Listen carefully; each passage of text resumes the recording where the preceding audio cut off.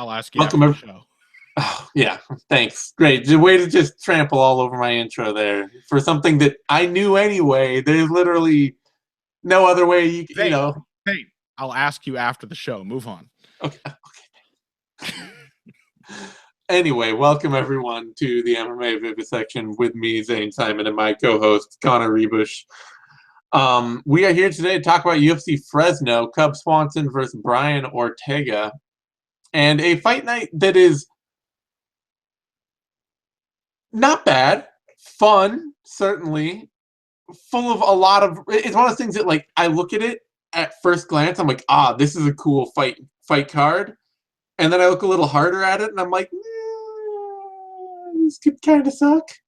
Like, there's a lot of low level fights on here that could be entertaining, or if everybody's tough enough or decides to be risk averse, they could just be like a slog.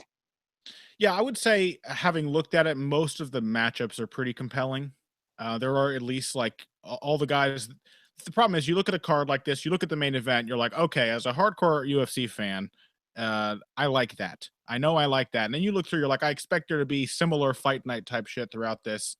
And then it turns out, to appreciate the fights, you have to do research. And then once you've done the research, you can say, oh, it's pretty good, but not before then. And I think that's kind of the current era of UFC cards we're in, Zane, is like Yeah. mid-tier, like all these new prospects are being signed. There is a glut of respectable talent that the UFC has access to right now in a lot of these divisions. But we're in an era where it's very difficult to latch onto or really care about any of those fighters, because the way the UFC is run, like, the only ones we're supposed to care about are Conor McGregor and Ronda Rousey, who might as well be dead to the MMA world at this point. So we basically, like, we just don't. There's not enough material out there for us to know, oh, this is the particular Tuesday night Contender Series fighter you were supposed to care about after last week's, number 19, Dana White's Tuesday night. There's just too much shit to keep track of it all. But Yeah. that's our job, I guess, is to be the people who keep track of it all. Yeah, we're the people who are supposed to be, we're the people out there fighting the good fight against that guy from that Detroit op-ed writer who wrote the UFC 218 is like really boring, and The man who watched both Medeiros Oliveira and Alvarez Gaethje and then said, it sucked. yeah. Yeah, love that guy. Yeah, we are the anvil against which the UFC machine smashes its hammer. And you guys get the lovely finished product, which is a preview for a card that you didn't care about before, but hopefully will now. Unless we don't care about it either, which happens Yeah. occasionally.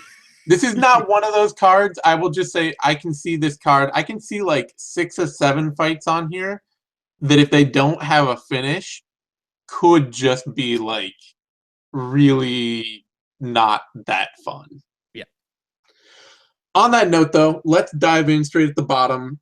And the first potential could be fun or could be terrible fight: Antonio Braganetto versus Trevin Giles. Antonio Braganetto has not fought for 3.5 years.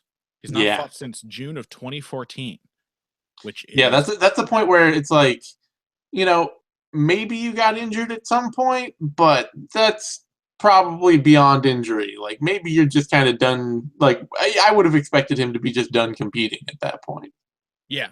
Or, maybe maybe he had a whole slew of injuries that were piling up. As far as I could tell, he pulled out of a scheduled bout in 2016 and maybe it was 2015, and did not cite a reason. So I think Yeah. he has been at least toying with the idea of competing. Either way, he's coming in here against Trevin Giles, who is a very, especially physically impressive prospect, and somebody who has fought quite recently, is obviously more active than Antonio Braganetto, probably has a bad style for him as well. So, word to the fighters, taking a 3.5 year layoff does not guarantee you in the UFC an easy comeback fight. Giles is very athletic. He seems to have good power in his hands. I think the really big problem for Braganetto is going to be Giles' scrambling and wrestling ability, because Antonio Braganetto is kind of wild and open on the feet, and really everything just kind of feels like a chance to try to drag somebody to the ground. And Trevin Giles is very comfortable on the ground. He's got very good ground and pound. In fact, I would like to highlight the lovely setups he was doing to feint one hand and then throw the other while standing up in the guard of his last opponent, whoever that was, his UFC debut. Did a really nice job. James Bogdanovich, Yeah, the and guy who had the dubious label of being the longtime head kickboxing coach of Ben Rothwell's gym, which then made me realize everything I needed to know about Ben Rothwell's kickboxing. Even in that fight, they were like, maybe Bogdanovich wants to get it to the ground because he's Ben Rothwell's kickboxing coach. Giles did a great job piecing him up, had no trouble with him at all. I think so long as he doesn't get too wild on the ground, which he can do, he can really just try to sort of bull his way through problem positions. As long as he does not get caught in a transition by Antonio Braganetto, it's difficult to see a phase where Antonio Braganetto is going to be able to outdo him, especially after a 3.5-year layoff. So I'm going with Giles. I don't know. You know, this actually, I'm going to go take a chance on Antonio Braganetto here. You're insane. I might be. The biggest reason I'm doing that, and I feel stupid about it, is honestly, Trevin Giles in that Bogdanovic fight, a lot of what happened for him early on was just not striking and then jumping into the clinch and being the more powerful, overwhelming fighter who could drag it to the ground and, you know, piece Bogdanovic up there. But he still kind of threw himself into some submissions and things like that. I'm not necessarily as sure that his reasonably decent looking wrestling and grappling is less a factor of him facing really terrible wrestling and grappling opposition than it is him actually being a really great wrestler and grappler. Yeah.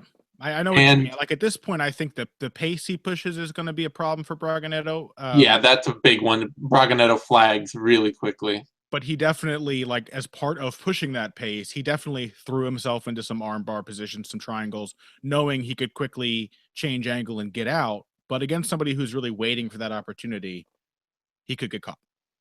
And Braganetto is an actually, you know, legitimately really good grappler and a pretty good takedown artist, where I kind of feel like if Giles just rushes into the clinch with him because he doesn't actually have that deep a striking arsenal yet, then he could be the one getting taken down and getting his back taken or getting mounted or something like that. And his game just seems really raw to me, and I don't trust Braganetto. He's been out forever. But I don't know. I mean, you know, Braganetto's had some legit submissions over, you know, pretty reasonable competition and is a good grappler and is not physically unimposing. He's just doesn't have a great gas tank, and I don't know how much I trust Trevin Giles to have an amazing gas tank either at the moment. So Trevin Giles is definitely the guy who keeps fighting despite obviously being gassed, yeah. But his gas tank is not. I don't think No. His style couldn't possibly be good for anyone's gas tank. So I'm going to take a flyer on Braganetto to get the submission. I know it's a bit of a stretch for how long he's been out, but I like the feel of it. I don't like what I see out of Trevin Giles' game as like a raw good athlete. If he were just going to stay up and piece Braganetto up from range, then I would pick him. But if he's just going to try and grapple and out wrestle Braganetto, then I don't like it. Hey, what did Antonio Braganetto say after he knee-barred Trevin Giles? It was a bit of a stretch. Okay. Don't be so disdainful, Zane. All right, that was off. That was off the dome. All right. On that note, don't be so disdainful of an off-the-cuff joke. All right, you're just supposed to move on when somebody says something. It's supposed to be a quip, and you've turned it into like a whole thing. You know what I mean? You know, it just caught me really off guard, and I wasn't braced. I didn't have I didn't have myself in the proper frame for it, so it hurt a little more than I expected. Giles is coming in as a big favorite, minus 185. Opened at minus 185, adjusted straight down to minus 240, and is now at minus 253. Braganetto opened at plus 145, adjusted up to plus 209, and is now at plus 204. I get why Giles is being hyped, but I think there should be some caution here. Braganetto was a pretty reasonable fighter before his long hiatus, and Giles has proven very little to date, other than that he's better than other really bad, wild, unstructured fighters who don't know how to grapple. Yeah, honestly, I like picking against somebody that strongly just because they're coming off of a layoff is kind of like suddenly betting $1,000 on an opponent because the fighter had a bad weight cut. Like it, half the time it doesn't really say what you think it says. Yeah. It brings us to a lightweight bout: Chris Gruetzemacher versus Davi Ramos, and this is literally just a how smart are you really, Davi Ramos fight. And this is, like I say, this is one of those fights where if Ramos fights his game, and if he adjusts his game, frankly, not fights his game, but adjusts his game, then he'll win. And it'll be a fun, cool fight, and we'll all look forward to seeing Davi Ramos look like a legit fighter at lightweight. If he doesn't, this could just be a terrible slog. Because Ramos is easily the better athlete, way more powerful, harder hitter, better wrestler, better grappler, just the better fighter, but fights infinite, like only in first gear. Always looking to throw the perfect punch. Not a bad counter fighter, but only counters like 1 out of every 3 opportunities he gets to throw a counter shot. And has wanted to be a power striker as a fighter. You know, like I get why you don't grapple with Sergio Moraes, but you're a fucking ADCC champion who has sub legit black belts in grappling. If I see you abandoning your grappling in a fight because you're afraid of somebody else's grappling, yeah, that does not ring well to me. It either says that, you know, he doesn't have the faith that he should in his grappling in MMA, or he just doesn't want to use it at all. And if he doesn't want to use it at all, he's going to get into some stupid fights that he should win and won't. Gruetzemacher pushes a way better pace, is much more functionally aggressive, but is just not athletically gifted in any way. So I'm picking Ramos to win. I'm hoping to see Ramos actually, you know, throw his hands, take Gruetzemacher down, sub him out, put on an aggressive performance. But if he doesn't, it could just be a volume versus points exercise where you're edging Ramos out for landing the harder shots while eating more in return. My hope for Ramos's sake is that that this matchup forces him to make those decisions, because Chris Gruetzemacher definitely pushes a pace. He likes to get into the pocket and just start throwing hands, and he will come forward. He will do it off the back foot. He just likes to exchange punches with people. And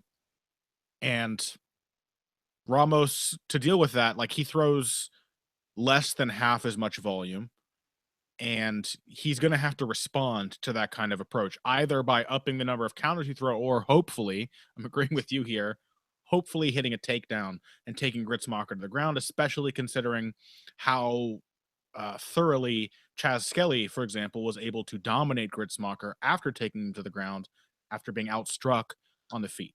Yeah, Gruetzemacher looks like he looks like a fighter that, you know, on the ground even, you know, he doesn't look unskilled or like he doesn't know what he's doing, but he's just at a severe athletic disadvantage against everybody. Yeah, and I'm sure his skill is not close to the level of Ramos's as well. Yeah. Either, I should say. So it's a lot that is still a lot of pressure for my liking to put on like an inexperienced fighter who has, I think, gotten by a lot on his athletic talent in Davi Ramos. Especially because Gruetzemacher has been doing this a while, and that tends to be the kind of style that can throw off a young fighter. But Ramos, I imagine, must have such a profound advantage on the ground as such a good athlete and a decorated grappler that I have to pick him here. But if he just decides he's going to wait and counter and can't put Gritzmacher down or out with any of those counters, he's probably looking at a decision loss just Yeah, because of the could output. easily. Ramos opened at -180, dropped down to -274, and has since fallen down to -382. Gritzmacher opened at +140, adjusted up to about +245, and has slowly drifted up to +299. Just the way Ramos fights, I don't like to see him be that big a favorite until he proves he can fight like a different, a more competent, aggressive fighter. Mm-hmm. Seeing him at big favorite odds over just about anyone is going to be a stretch. That brings us to a bantamweight bout: Alejandro Perez, Yuri Alcantara. I'm quite interested in this bout. Yeah, that's right. It's you. Go ahead. Yuri Alcantara has I like to joke about how he has wisely decided to start thinking about the fight game and changing his approach only after his prime is 3 years behind him. Which, sucks for him, but he's still tough. He's still crafty, and more so than ever before because of all the time he spent in the cage. And then if you give Yuri Alcantara the kind of fight he wants, like a long-range striking match, he's very dangerous on the feet and is an underrated wrestler. He can get the fight to the ground, although, it's kind of iffy. Sometimes his wrestling looks good. Other times he's got a really nice twisty throw from the clinch. I think most of the moves he relies on to get takedowns are those kind of weird, eccentric takedowns. And so they're they either work spectacularly or they fail spectacularly. Well, he's good at everything in bursts. And then if you really can challenge him and make him work on whatever one area it is, then things kind of start to fly off. That has been the biggest area of growth for him as an older fighter, is that there has been a bit more depth to those areas. He's been able to adapt within a certain phase rather than just exploding until his opponent falls down. It's difficult to know whether he's going to have the fight he wants against Alejandro Perez, or if Perez is going to throw a kind of volume and move so much that Alcantara gets frustrated, because Alcantara was fairly competitive when he had a striking match with Jimmy Rivera.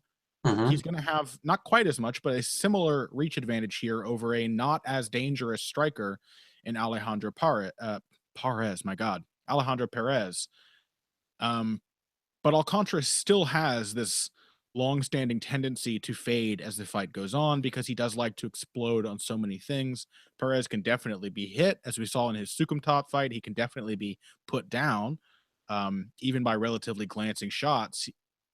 But he's kind of you kind of have to knock Alejandro Perez fully out to just stop him fighting the exact same way. Mm-hmm. Usually we say that about pressure fighters, but Perez is just kind of a reasonably high volume outfighter. I don't know. Can he push enough of a pace to yeah, I'm going to take Perez just because he's a little younger. I think he can work his wrestling in here and make some headway by mixing things up. But I think he's going to have a hard first round. And may possibly have a pretty hard second round. Problem with Alejandro Perez, as I expect will be the case in this fight, is that he basically now only has split decisions or very close fights. Yeah. And I think this one's going to be the same. It's just that I think Yuri Alcantara is at that stage in his career where he's going to have a harder and harder time winning close fights, because now more than ever, he either needs to be a fully developed veteran or he needs the explosiveness, and neither of those are at their peak. So. Yeah, I mean, a lot of that, I think, to me, comes down to whether Perez can really shut down Alcantara's wrestling and grappling game entirely. Because that's been one of the major themes in Alcantara's losses lately. Other than, I mean, the Kelleher one was just kind of weird, but he got pressured and freaked out and got submitted almost instantly.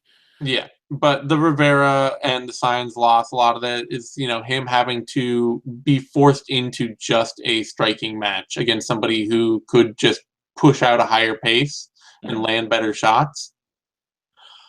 the big thing for me, the reason I'm not picking Perez is because I kind of contest the idea that Perez is really a volume striker. He's a volume counter fighter. Yeah. Probably What just he he's a reasonably high volume out yeah, fighter. like what he likes to do is he throws those like he throws hard kicks, hard low kicks Oh yeah. to bait you into closing him down with flurries. And then he had, like he almost universally like backs himself up to the cage, and he has this sort of like rocking style where he's just waiting and waiting and waiting. And the moment you come in, he throws 3 hooks and then circles out. And I think Alcantara is just a little too dynamic from range to let Perez get that working, because he really like his volume has to come in a phone booth because it's all these short counter hooks. And I think that Alcantara can do a little better picking that off and just kind of landing his wild strikes from outside. And he's more willingly aggressive when he gets somebody hurt than Sukumta, who is passive to a fault. And I think he can, if Alcantara gets the opportunities that Sukumta had in that fight, he can take advantage of them much better. So I'm going to trust him here to either get a decision or to get a submission at some point. So I like Alcantara. Can't disagree too much. I've always been a fan of Yuri, so Yeah. Alcantara is a pretty sizable favorite. Opened at -210, adjusted up and down, back to -210, has moved up and down. There's been a little movement on that line, and is now at -208. So while it's gone up and down a little bit, at the end is the line's right back where it started. And Alejandro Perez opened at +160, adjusted up to +170, and is now out at +169. So, I think that's getting a little wide on Alcantara where he is at this stage in his career, but I think it's definitely wide. I mean, yeah, the thing is like it's difficult to have a lot of faith in Perez ever because yeah, because he only wins fights are so split close. decisions against dudes scraping by at the bottom of the division. But I think there's a very good chance this looks a lot like the Sukumtat fight, like a Yeah, longer, more powerful, more explosive fighter who kind of lulls and lets you outwork him at points. Yeah, Yuri Alcantara has looked that way at it's times true. through his career. So, yeah, it seems a little wide. All right, that brings us to a bantamweight bout: Frankie Saenz versus Merab Dvalishvili. Um, so I don't know if you found any of the footage on Dvalishvili out there, Yeah. because it was all like it's all labeled in Georgian under like one dude's handy cam recorded Ring of Yes. Combat bouts. Yeah, but the tape exists, and I gotta say I get why it officially doesn't exist and why he's entirely billed through highlights. As is often the case with fighters billed through highlights. Everyone except Mike Tyson. Yeah, Dvalishvili has he's the kind of fighter who's going to create a lot of fun highlights without fighting a lot of good fights. Yeah. Because he is offensively a flashy wrestler, not necessarily a structurally sound one at all times, but a very flashy one. Looks like he is relentless in the pace he pushes and in like his desire to close down opponents with offense, and just tireless. And that's probably, along with his toughness, the reason that he's won as many fights as he has. Is it because he just doesn't go away? But his game is pretty ridiculously unstructured and unsound for a high level. He tends to get taken down, tends to get put out of position. He goes for head and arm throws and things like that that just do not work in men's MMA, because guys' bases are too strong and their cores are too strong, and you can't just headlock throw somebody to the ground. Not without them staying attached to your back the whole time. Yeah. And his striking is just these sort of wild, overextended blitzes where he will throw two or three things while charging across the cage with his chin out, trying to get people scared often. All of which should be enough for Frankie Saenz to deal with. The biggest problem for Frankie Saenz in his career has been that it took me a little while to see this as I was rewatching footage on him, but it's that he is an incredibly, even though he mixes his targets up well, he's an incredibly predictable offensive striker. Mostly because he largely only boxes. And he only fights in short offensive bursts. Yeah, I would say it's also a large factor is that he like only throws relatively looping shots, and most of them like start with his rear hand. And there is a Yeah. reason boxers don't do that all that often, because experienced opponents can see that shit coming. Yeah. And so you see in a lot of Saenz fights, he'll have some success early because he's out there winging power at people, jumping in to range and like mixing up his targets, going to the body, going to the head, making things challenging right out of the gate. And then even somebody like Augusto Mendez, who's not any kind of, who's a better striker than you would imagine him being, but literally a better striker than you would imagine him being. Basically, Davi Ramos, if Davi Ramos threw volume. Yeah. Even Augusto Mendez is like, okay, I see exactly the pace you're fighting at and the tempo you're coming in at after me at, and routinely found counters and teed off on him, and then found counter takedowns, so that even a pretty good wrestler and grappler like Saenz ended up getting put on his back because he always enters the same pace.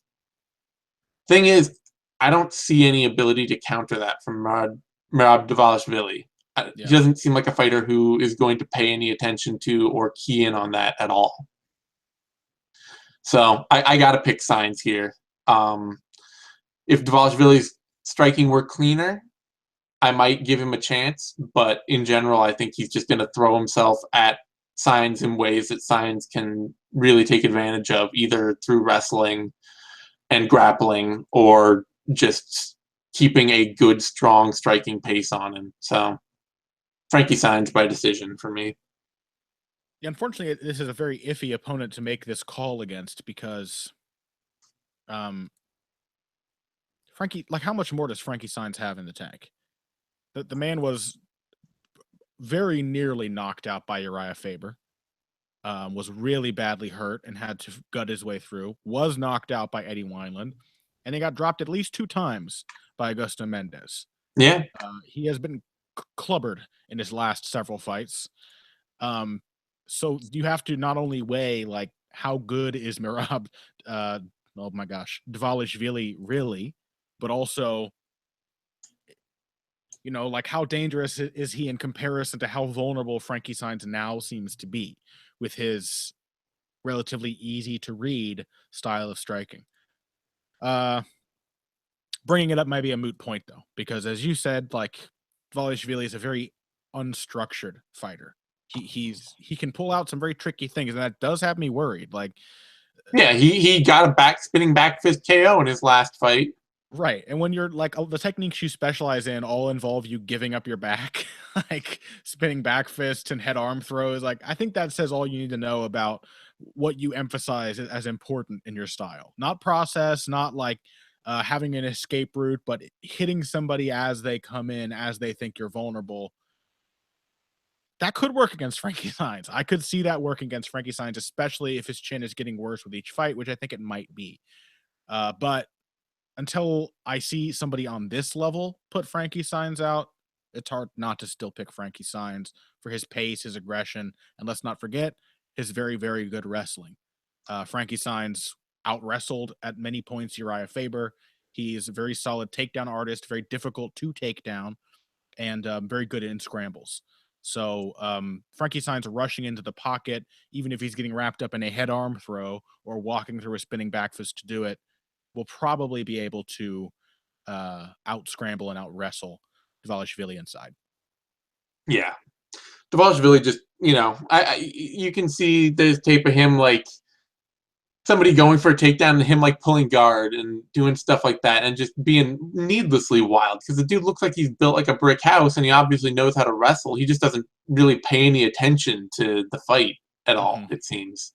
And his opposition, like other than that spinning back fist KO, the opposition's pretty bad. And that's the first knockout he's gotten in quite a while. Everything else is decisions. So yeah, I'm not picking him here. I just can't do it. No, no, there's no reason to. That's no reason to other than fears about Frankie Saenz. But and yet, Merab Dvalishvili is the favorite. Opening at minus 150, adjusting up and down to minus 157, and now to minus 162. Frankie Saenz opened at plus 110, adjusted up to plus 132, and is now at plus 134. I got to think that's all just because Saenz has lost 3 straight, and Dvalishvili is coming in on a long unbeaten streak. Yeah. And maybe people saw that spinning back fist KO from his Dana White looking for a fight thing, and they're like, oh man, this guy's a whirlwind of knockouts. Yeah.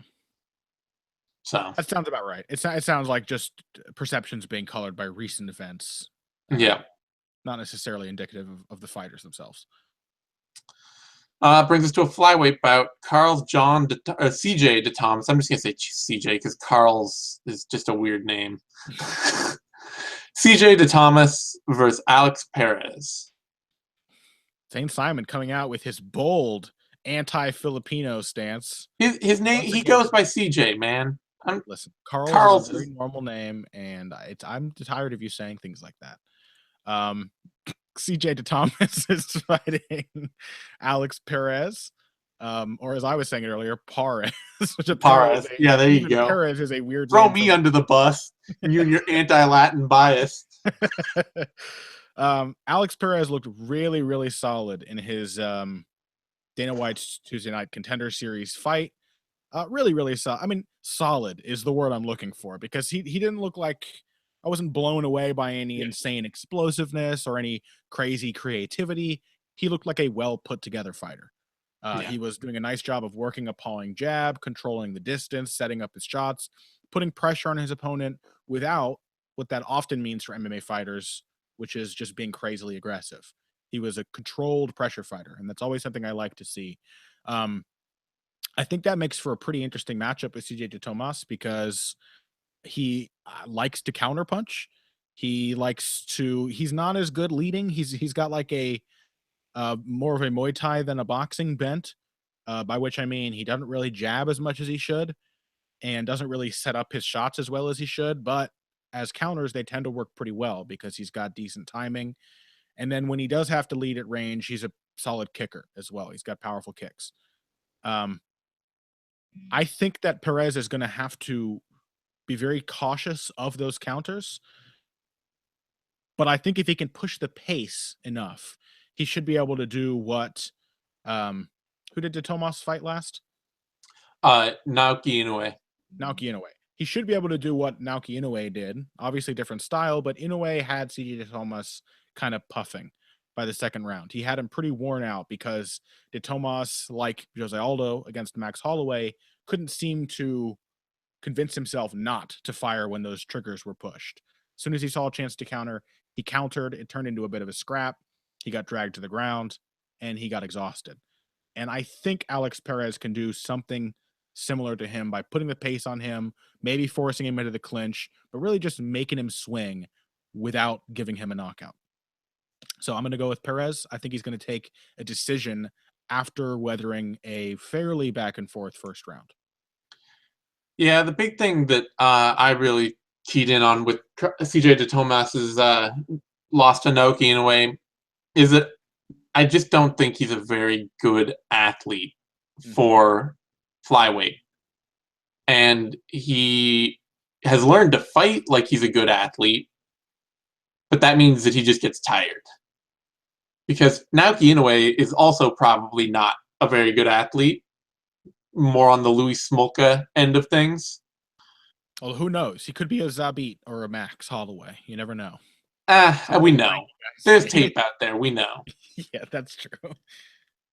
I think Inoue is, he's taken the other direction, which is to be really crafty and to have some really sharp, interesting, unpredictable technique to his game that makes up for the fact that he's just not that strong or powerful.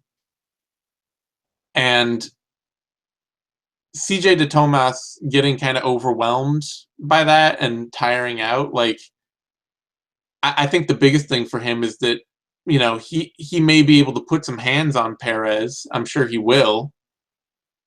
But I don't think he's going to be able to get him down with big slams the way he likes. He's got a national wrestling pedigree from the Philippines, and I think he's going to end up.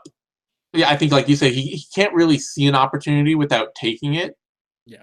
And it means that he's going to push himself into situations where he just gets tired, where he's going to tie up physically with Perez, where he's going to be trading shots and eating shots, and he's going to be getting physically overwhelmed. Perez isn't a great finisher either. He's got some decent power, but it's flyweight, and it's tough to translate decent power into knockout artists at flyweight. So I'm picking Perez by decision, but I just think that. Go on. I just think the raw physicality is going to be the biggest factor here. I think for Perez, you could even say like the not being a great finisher is almost indicative of what gives him an edge here over CJ DeTomas, which is he does seem to have enough power that he probably could be more of a finisher. Yeah, but he's a relatively controlled fighter. Yeah, he executes to a sort of, even if it's a one size fits all game plan, it's a kind of game plan, and it works better than just respond anytime the other guy shows you something. That's a style that, unless you're Jose Aldo, it leaves you far too open to having your game used against you by an aggressive opponent. Yeah. Odds on that fight. DeTomas is a sizable underdog, opened at plus 180, adjusted up to about plus 229 or so, and has drifted up to plus 290, is now plus 286. Perez opened at minus 260, adjusted down to minus 365, and is still at minus 365. I mean, it's a little wide. I'm not confident enough in either of these guys to make the lines that wide. Yeah, but I think Perez deserves to be a favorite, but he's making his debut here, and but I remember correctly, he's already had a few losses to his name. Yeah, he's 18-4, I believe. Yeah, so his losses come to very legit dudes at flyweight: Adam Antolin, Jared Papazian. Recently, he has two early ones from 2011, 2012 that I just think probably don't matter at that point. But it is worth noting that he can lose mostly by submission, because only recently by submission, probably just because he has sort of a generic game at flyweight that, if you are up against some crafty grapplers, they're going to be able to find holes and take advantage. Mm-hmm. Fortunately for him, CJ DeTomas is not a crafty grappler. Yeah. So I think it makes sense he's favored, even if that's a bit wide. Bantamweight bout next: Luke Sanders, Andre Soukhamthath. And is this? Let's see. Okay. I feel, I think I mentioned this just earlier in the show, but the biggest problem for Andre Soukhamthath is really that he is far too patient for his own good. And especially over his career, he has been a fighter that really tends to only turn it on in the third round of a fight. And unfortunately, in the UFC, what that has meant is having to actually, finding out that he doesn't actually have a gas tank left in the third round to turn it on with. Because he tends to, he builds all of his offense behind developing a jab and low kicks. And finally, like once he's really comfortable behind his jab and has worked into that mode and that rhythm, then he starts to hit on all cylinders and throw his other punches with power, step in, take more chances, be more offensive. But what that's meant in the UFC is, he'll drop Alejandro Perez with a jab twice and then just back off and look at him and wait for him to get up. It's just like you just sat this guy down and now And you're it's just going to insane. take, you know. That's 3. That's 3 Yeah. knockdowns, and it's important that I tell you that rather than following up on the knockdown. Yeah. And I mean, I think so my impression on that is I think Sukumtat knew he couldn't go too wild. I don't You know what I mean? I don't think so. I think I he think it was reluctant to unload after knocking a guy down with a jab. I thought he maybe either thought he's not hurt enough to finish him, or I don't have enough energy to finish him at his current level of hurtness. you look at Sukumta's record, and there are a few first round finishes where he's caught somebody out in something wild. But you're talking second round over Kin Moy, fifth round over Cody Nordby, second round over Carlos Galindo, second round over Tom English, third round decision Blair, 3 round decision Blair Tugman, second round Kurt. Like he just does not pull the trigger. He's not a natural finisher in that instinct of like, oh, I've got you hurt, I'm going to pour it on. But I think He that what I'm saying is I think that may be his permanent reason for not being a very good finisher is that everything he does is very explosive, a lot of single shots. I think maybe he knows like when I go for the finish, I tire myself out. That could, yeah, it could be that. I think it's mostly just been that he's not hasn't had the comfort and depth of technique to get there, and that's something he's been working on over time. Like he's become a dramatically better technical striker over time, but I kind of feel like having to learn from the ground up. He was a soccer player, he was a soccer goalie, when he came to MMA, and having to learn combat sports from the ground up. I kind of feel like that's the leftover. Is he started with this very controlled, I don't know that many things style, and even as he's learned more things, he's still controlled.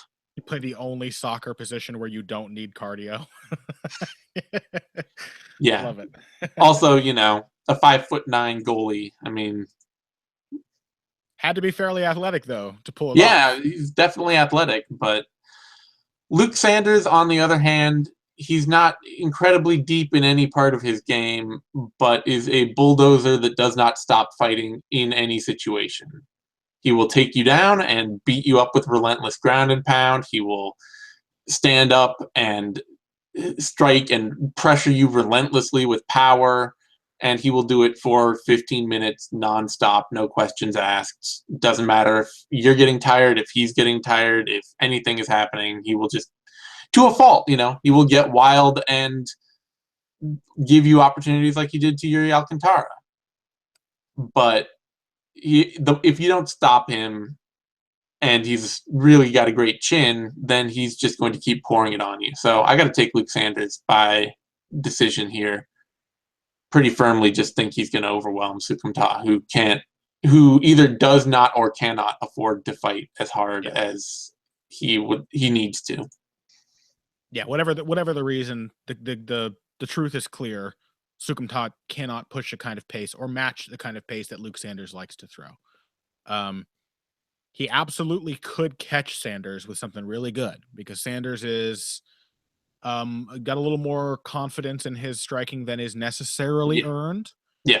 It works because of his confidence, but he likes to step into the pocket with both hands throwing and his chin on line. Yeah, and it's kind of a question of like whether or not like is the opponent going to call your bluff or not? You know what I mean? It's good to be confident. It's good if the other guy respects your power, respects your aggression, to go in there, be confident, and just take the chance that he's not going to throw back. But Sukumtat, a fairly crafty, experienced striker, fairly accurate with good timing. He could absolutely catch Sanders with something solid, unless he puts him out though. And I don't think he's, whatever the reason, not a great finisher. Even when he does hurt people, he's still going to have to put up with Luke Sanders' pace for the rest of the bout. So I don't think it's a problem he can overcome. Luke Sanders is going to have a field day by the end of the fight, setting up takedowns, transitioning to different positions, walking in, threatening the takedown, and then setting up his strikes. Basically, anytime he can put Sukumtat against the fence, he is going to start really taking over this fight. So Yes. I'm taking Luke Sanders by a decision, possibly a late TKO. And I should clarify too. It's not that Sukumtat isn't a great finisher purely, based on his record. He's only won one decision in his career. Everything else has been a finish.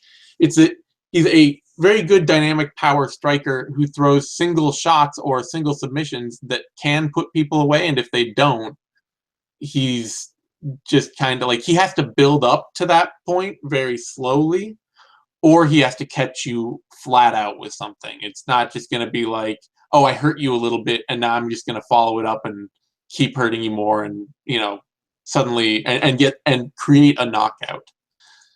Yeah, I mean, we talked about Alejandro Perez's decisions. One of those was against Sukumtat, but the other UFC fight on Sukumtat's record, his 2 UFC bouts, have both been split decision losses, which kind of says everything about somebody who can definitely decisively win some parts of the fight, but can't quite turn that into a whole decision victory or a knockout. Yeah. And Sanders just seems like a brutal matchup there. Odds on that, Luke Sanders is the sizable favorite, opening at -280, adjusting up to -225, and drifting down to -239. Sukumtat opening at +200, adjusting down to +175, and adjusting back up to +189, and now at +192. So I got no problem with that, frankly. Sukumtat, like, he has a puncher's chance, but seeing fights like that Perez one where he drops where he drops him hard and just is like steps back and watches. Yeah. I can't trust that against somebody like Sanders, who obviously has a really great chin and can fight through being hurt. Yeah, I mean, in that fight, Perez clearly wasn't badly hurt, but you got to think, like, Luke Sanders would have thought to himself, I may as well find out. It's like, I may as well swarm him a little bit, see how he reacts, just to find out. I shouldn't take the chance of just letting him recover while I watch him from 6 feet away. Yeah. And that brings us to a women's flyweight bout: Alexis Davis versus Liz Carmouche. Does it strike you as interesting at all that Liz Carmouche, who seems like she hasn't fought in ages, since that I don't think it's actually been that long, but since it's been a while.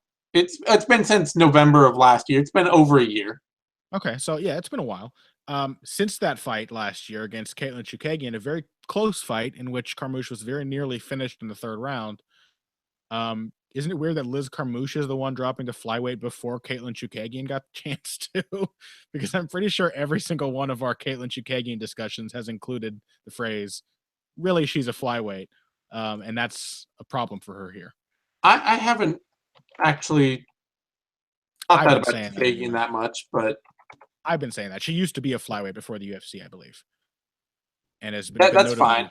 Small for a bantamweight. Anyway, I mean, she's 5'9" at bantamweight. She's not tiny in that division by any means. No, she's definitely taller than Carmouche. She's just not she's not as heavy. Carmouche is a brick shit house, and they're both going to be at 125 for the next fights. I mean, Carmouche is now at 125, and Chookagian's fighting Mara Romero Borella at 125 now. Oh, okay. Chookagian has a 125 fight set up? Yeah. So it's just a matter of timing.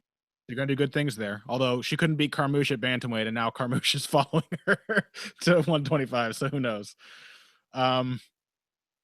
It is not as easy a fight to call as I would like it to be, this one, because Alexis Davis has not looked.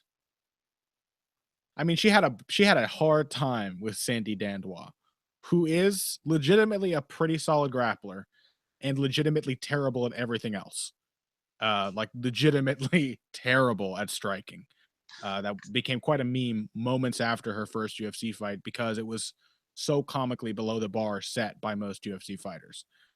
To be fair to Cindy Dandois, just about everybody has a hard time with Cindy Dandois. Mm-hmm.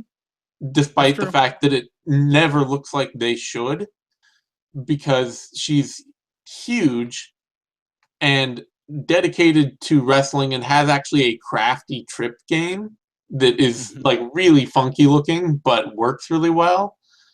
And so she doesn't, and then her striking is horrible, but she's really defensive. Yeah. Yeah, I mean, like, she just leans way back so that you can't yeah. really do anything, and then pause at you, and then falls on you, and you're like, wait, okay, she weighs 30 pounds more than me, and she just tripped out my back leg somehow, and now I'm on the bottom. She's kinda like with a different set of skills to get there, but she is essentially like the women's bantamweight Jake Shields, where she just looks terrible, just laughably bad at points, and Yeah. yet, even looking at her brief ledger, you're like, "Oh, like, she's beat some pretty good fighters." Alexis Davis, though, didn't look like the more experienced striker even in that matchup. That's a real problem, is that she had Yeah. a very hard time against somebody who should be relatively easy to game plan for somebody as veteran, as experienced as Alexis Davis. It looked like she just had a hard time really pulling the trigger and pushing the pace at all. And Carmouche probably won't have that problem. My big question here is for Carmouche, the more explosive and more muscular fighter, how does she look after a cut to 125? Because she was not like her stature was very small for 135, but she's more of the Jessica Andrade build than she is anything else. She's very powerfully built Yeah. and likes to like leap around and do big explosive shots and scrambles. Um, I think still though that Liz Carmouche is just closer to her prime right now and still getting better in small ways, in particularly in ways that Alexis Davis is not anymore. I think Davis is starting to slide. I think Carmouche is still putting together a more workable striking game, putting together more setups to make her takedowns happen, and learning to control her fighting style so that she doesn't just exhaust herself going hard for the finish early. So I'm going to take Carmouche by a decision. Yeah, I mean, Carmouche, she had these a few years in the middle of her fighting career that were just really god awful to watch. Yeah. Just really hard to watch because she decided that at some point, and it wasn't clear at the time, because for a while it just looked like her solution to fighting was to not fight. That was the Liz Carmouche like style. Was I'm just going to stand outside and watch and wait and maybe get a takedown and do a little ground and pound as little as possible, and that's it. And what it eventually coalesced to is a very defensively responsible style with with more regular powerful bursts of offense. Mhm. And that's what we finally saw in the Chukagian fight First, was, she had to learn to move her feet, then she had to learn to plant them again. yeah.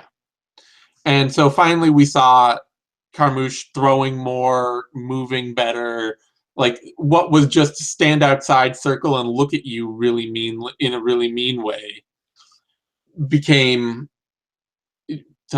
became a much more much more controlled offensive style that had a set, reason and a rhythm to it. And I think that's enough to beat Alexis Davis right now. I think probably more than anything, it seems like Alexis Davis's striking game has never, like, maybe she's just spent too much time working on the same striking game to the point that it's kind of backslid. I mean, she and Carmouche are the same age. Uh, Davis has been fighting a bit longer, but maybe it's just the cage wear slowing her down a little further, slowing her down first. Maybe Carmouche will come out looking just as slowed down. In general, though, I think it's just kind of an athleticism thing where Davis isn't as good an athlete, and so as she loses a step, her striking game becomes much less functional than it used to be because it's always been about, for Alexis Davis, it's always just been about being the busier striker, being the more willing striker in a fight with a lot of women who did not want to throw volume and were worried about getting hit. That used to be Carmouche. I think it still is a little. I think she's still not, her style is still not perfected, but she's a much busier fighter than she was the last time she fought Davis. And that busyness and that dedication, along with her greater athleticism and her ability to, get takedowns and play a power top game and land bigger, harder shots should be enough to get Carmouche the win this time when it wasn't last time. Odds on that fight. Liz Carmouche is the favorite, opened at -140, adjusted down to -187, has slowly climbed to -176. Davis opened at +100, adjusted up to +153, now at +146. So That's all right. That's fine. Carmouche still takes too much time off in fights. She still has, she's a much more active, busier kicker and puncher than she used to be, but she still is a little bit prone to a staring contest. And if somebody really steps it up like Chookagian did and gets confident and starts to just try and start throwing on her, she doesn't answer back nearly as well as she should and can get overwhelmed a bit.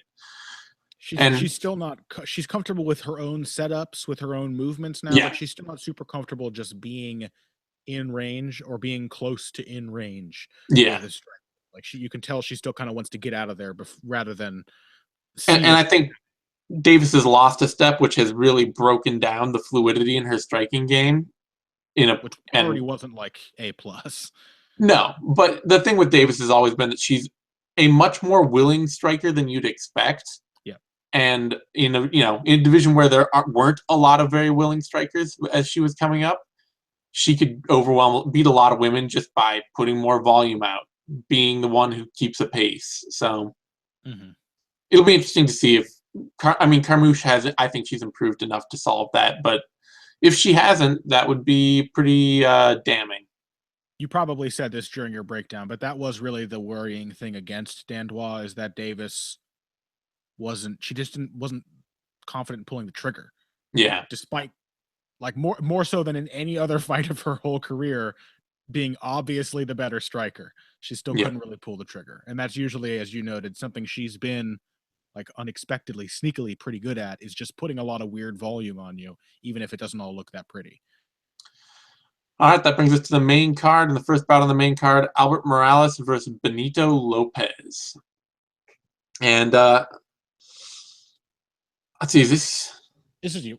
Okay. Pretty sure. This is kind of a simple breakdown for me, largely in that I think Benito Lopez is about where Albert Morales was when Morales walked into the UFC for the first time. Which is to say, a very confident, high-volume, aggressive striker who doesn't actually have as technical a game as he needs to compete at this level. And Morales, to his credit, has been working a lot on it, trying to figure it out, trying to put the pieces together. But it's come with a lot of bumps in the road and a lot of, him going back to his corner after the first round against Brett Johns and being like, why did I get taken down? Did he say that actually? Yeah. How did he take me down, I think is what he asked. That does show a certain kind of intellectual curiosity, though. I do like when fighters ask their coaches, what did he hit me with and why? Yeah. How do I respond? And his coach was just he just got you down. So it didn't help him at all. Not the answer I wanted, coach. No. But I think Albert Morales is, he's shown that he's trying to work on it. He's trying to be a more patient, more controlled striker. He's trying to add depth to his striking game, trying to develop his wrestling game, become a more complete talent than just a high-powered, aggressive volume puncher with a good back take game. And Benito Lopez is more creative he's a little bit more free flowing in the different types of strikes he throws. But I really don't trust, like, he throws with so much abandon, and he just does not seem to have the frame to throw with that abandon. Like, he seems like the kind of guy who you look at him and it's just like he's just this skinny kid out there kind of doing whatever he wants. He reminds me a bit of Devin Powell in that regard. Yeah, he's better than Devin Powell He in is terms better of than Devin Powell. like he doesn't get hit that much. He like throws good crisp He shots. gets hit a lot. He gets hit a lot. Not as much as Devin Powell. Not as much as I Devin want to be Powell. clear. I'm not saying that Benito Lopez is a good defensive fighter. I'm just saying Devin Powell really gets raked with Yeah. every shot that anyone throws at him. But I have the sort of feeling where it's just like, his fights, they look good when he's got a huge size advantage or no power disadvantage or a big athleticism advantage on the regional scene. Yeah. And then you put him up against a bunch of guys who are the same size and the same athletic ability, and it's going to become a problem. Yeah, his problem was not that he couldn't like time and place shots, that he didn't understand Yeah. what was happening in that close fight with Steven Peterson, the Yeah. Contender Series fight. His problem was not that he was like outskilled. He was really not athletic enough at a lot of moments in that fight where he would just get pushed around or knocked off balance even by a shot that he had blocked.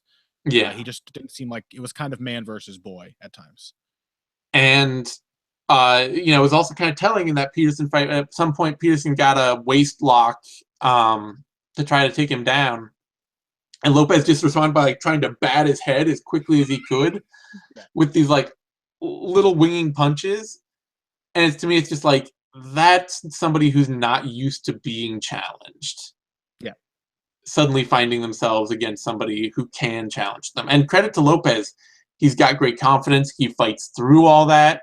He's willing to just keep going through come hell or high water. And that's why he was able to get that fight out and win it. But that's Morales too. Morales is the guy who has had that wildness of like suddenly getting stuck in a hard fight and just not having the tools, and he's learned those lessons already. Mm-hmm. And he's developing from there. So I'm going to take Morales. Maybe even to get a stoppage. Morales has power. He hasn't found those wins in the UFC because guys have been too crafty for the guy who only throws power, straight 1-2s, and low kicks. Yeah.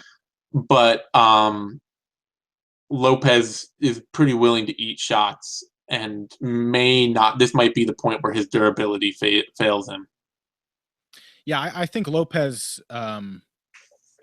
Anyone who hasn't seen his Dana White's Tuesday Night Contender Series, what a catchy name. Anybody who hasn't seen that fight of his should, because it was a very fun fight, very back and forth. And I saw in that matchup a lot of things that suggest Benito Lopez is going to be quite a good fighter. You can fills out a little more. He's only 23. Right. He's still very young, and that's why I'd say like it was definitely a man versus boy vibe. He had the confidence of youth, but not yet the power fully of adulthood. And the thing I liked in that fight is that Lopez came out and to my eyes, it looked like he had sort of taken the time to prepare himself for a step up in competition. He wanted to go in there and like control his opponent and pick him apart. And you could see it for about the first 45 seconds. He was countering everything with the jab. He does some really nice work off of his lead leg, very flexible, very dexterous kicker, without having to switch or step with that lead leg. But it just got turned into a brawl. And once the invitation to brawl was sent, he couldn't refuse it. Yeah. He had to just fully dive in. He wasn't capable of turning back to that lead hand, lead leg, outside control he flashed in the first 30 seconds after the brawl was initiated. And that gives a lot of strategic flexibility to a fighter like Albert Morales, who knows exactly what that feels like, but has developed beyond that. I've really enjoyed watching Morales in the UFC. Honestly, when he first got signed, wasn't his first UFC fight against Thomas Almeida? Yep. No, it was against Alejandro Perez and then Thomas Almeida. That's right. So he lost a split decision to the split decision winner, Alejandro Perez, and then as a young brawler went in there against a much better, slightly older brawler in Thomas Almeida. He got a really rough introduction, and I expected him to wash out. I was like, he's a good fighter. They signed him too soon. But you have seen clear signs of continued development from him over the course of his short UFC career. He is very obviously making changes to the way he approaches the fight game and trying to become a complete fighter. And he's gotten farther than I would expect, a lot faster than I would expect. I think his game, he's added a lot of new wrinkles that I did not anticipate seeing from him when he first got signed. And I think, like you, that's his main edge over Lopez, is that despite these guys having the same number of fights, more or less, Morales looks like the much more experienced fighter. Lopez doesn't know enough of what he doesn't know yet to avoid certain kinds of fights. He's just too inexperienced, too green. I'm taking Morales by decision. Albert Morales, this is actually dead even. Albert Morales is maybe even a slight underdog. Opened at -120, adjusted up to -108, now at -111. Benito Lopez opened at -120, up to -113, now at -113. So Lopez getting a lot of shine off that Dana White Tuesday Night Contender Series. Yeah, and I think he could, like, he's not out of this fight. No. He's definitely a live dog if he were a dog. But I do think Morales, with that UFC experience alone, should be slightly favored. That brings us to a middleweight bout: Eric Anders versus Marcus Perez. Remember when I took a flyer calling Eric Anders to win by first round KO in his UFC debut? Yep. Sometimes they pay off. Sometimes you get it right. Went in there and just starched Rafael Natal. I still like, the reason I picked Anders there is because he looks like a very raw version of a very good fighter. Yeah. He's extremely athletic. He's aggressive and confident, has some of that Luke Sanders overconfidence, some of that Trevin Giles overconfidence. But like those guys, it tends to work because he's powerful, he's explosive, and tends to do quite well inside once he forces his opponent into a close range fight. I think with him, I mean, Marcus Perez is certainly more physically imposing than Rafael Natal. He's certainly like a bigger, stronger man who doesn't look, he's not going to look right from the outset that he's going to be run over in the same way. But I think he's also a little too reactive as a fighter for me to favor him over Anders, or to think he has a great shot here, because even when Perez does good work, it tends to be in response to his opponent bull rushing him. Tends to always be in response. And Anders at least knows how. I just remembered Eric Anders' nickname is Ya Boy. That's his official nickname. So your boy knows how. Yeah, your boy knows how to bull rush. He knows how to mix up his strikes and chain things together off of that aggression and pressure, and does have the makings, has the look of a fighter who's going to continue developing pretty quickly because of that, that kind of intellect combined with his athletic ability. I'm going to take Anders to be far too aggressive for Perez to be able to counter him with any of his tricky submissions. As much as I love Marcus Perez as the guy who, probably actually the first time I've ever seen it, finished an arm triangle from the bottom. I don't think Mitch Clark. Who else got it? Mitch Clark. He got an arm triangle from the bottom? Yeah, against Ali Quinta, remember? It was a Darce. Oh, it was a Darce. Okay, whatever. It was an amazingly beautiful setup from the bottom. But I have seen plenty of fighters go for the head arm. Yeah. Okay, fair. But I don't think that's suggestive of the right kind of style to beat Eric Anders. So I'm going to take Eric Anders. And let me calibrate here. Am I going to take him by an early KO? Yeah, I am. Yeah, part of me was watching this. So first of all, I was watching this and thinking, man, I'm really sad that John Phillips was out of this fight. Like, go on. So you know who John Phillips is? I'm not sure I do. Okay, White Mike Tyson.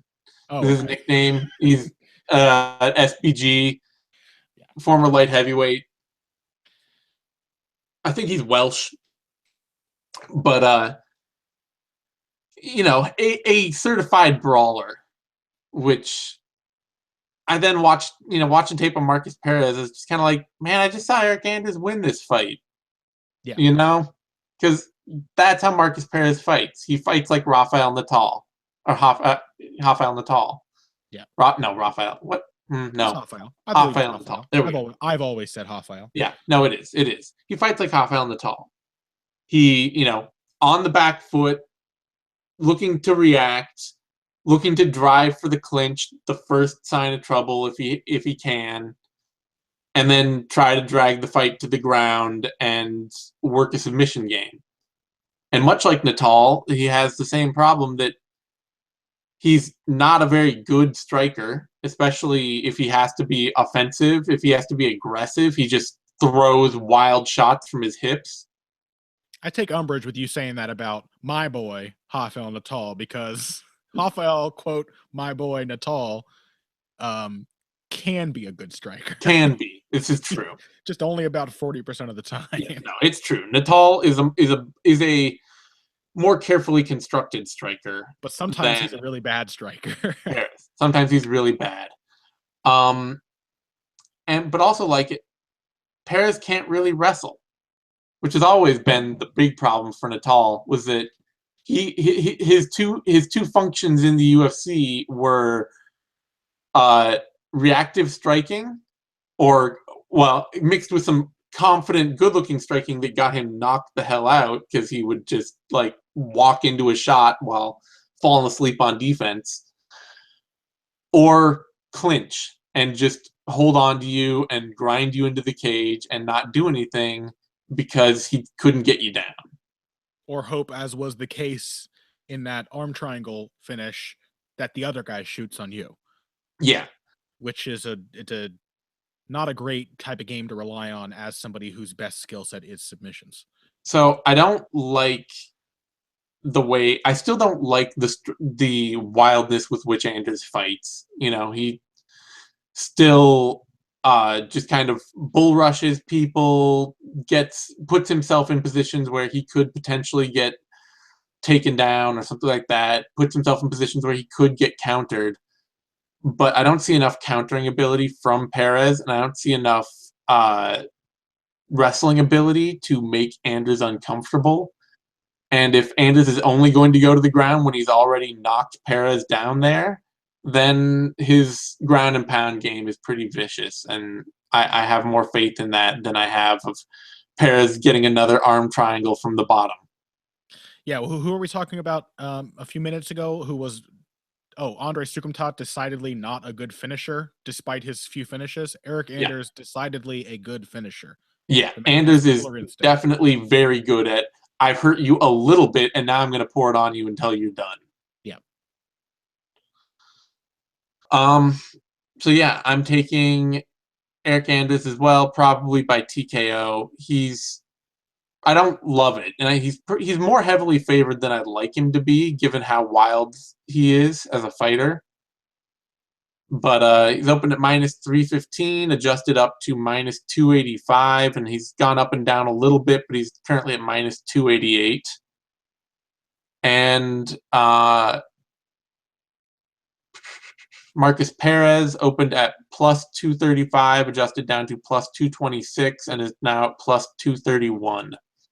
Perez doesn't have as much depth as Natal, but it's worth noting that he also does not seem to have Natal's suspect chin.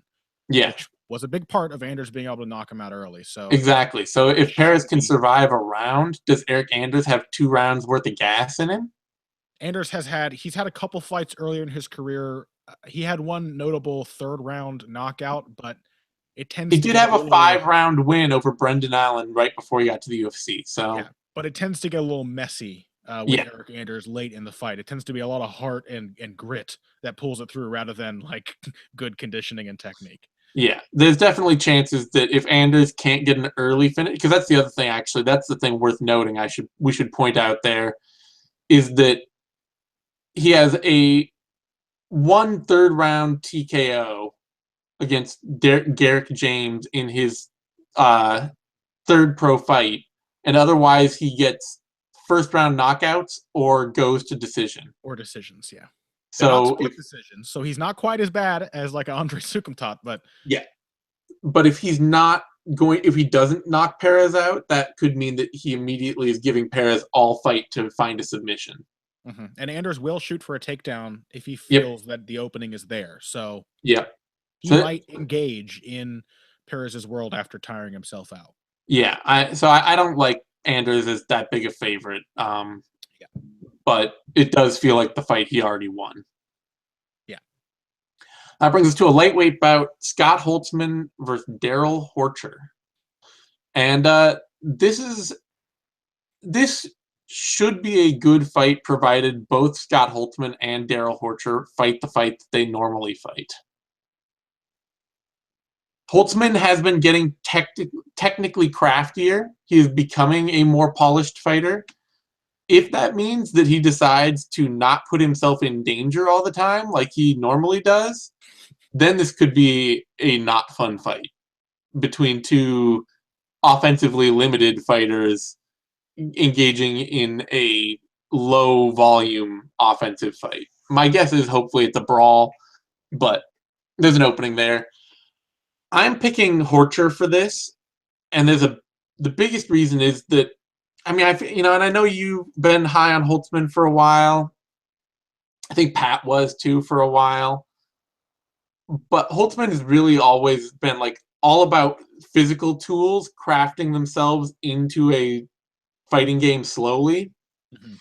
And he's now at the point where he can confidently and comfortably throw combinations on offense. But he's still very much a either offense or defense fighter. He's either setting himself up and saying, "Okay, I'm going to throw this combination, jump in, throw these punches." You're throwing punches at me. I'm going to keep my hands up, back up, find my way out, and get out of danger. You don't necessarily have to pay for taking a swing at Scott Holtzman unless he's already trading with you. Yeah, like he if he counters you, it's only because he already decided to throw 3 punches and you stepped into the middle of the combination. He chose the wrong time to throw, not he carefully decided when to counter. And Daryl Horcher is that guy. He does both. He's the guy who, he counters well and throws offensively well in combination. Mm-hmm. He's limited in that he's mostly just mostly just wants to box. He's got some good low kicks. He's got some decent kicks, but largely makes himself out as a boxer.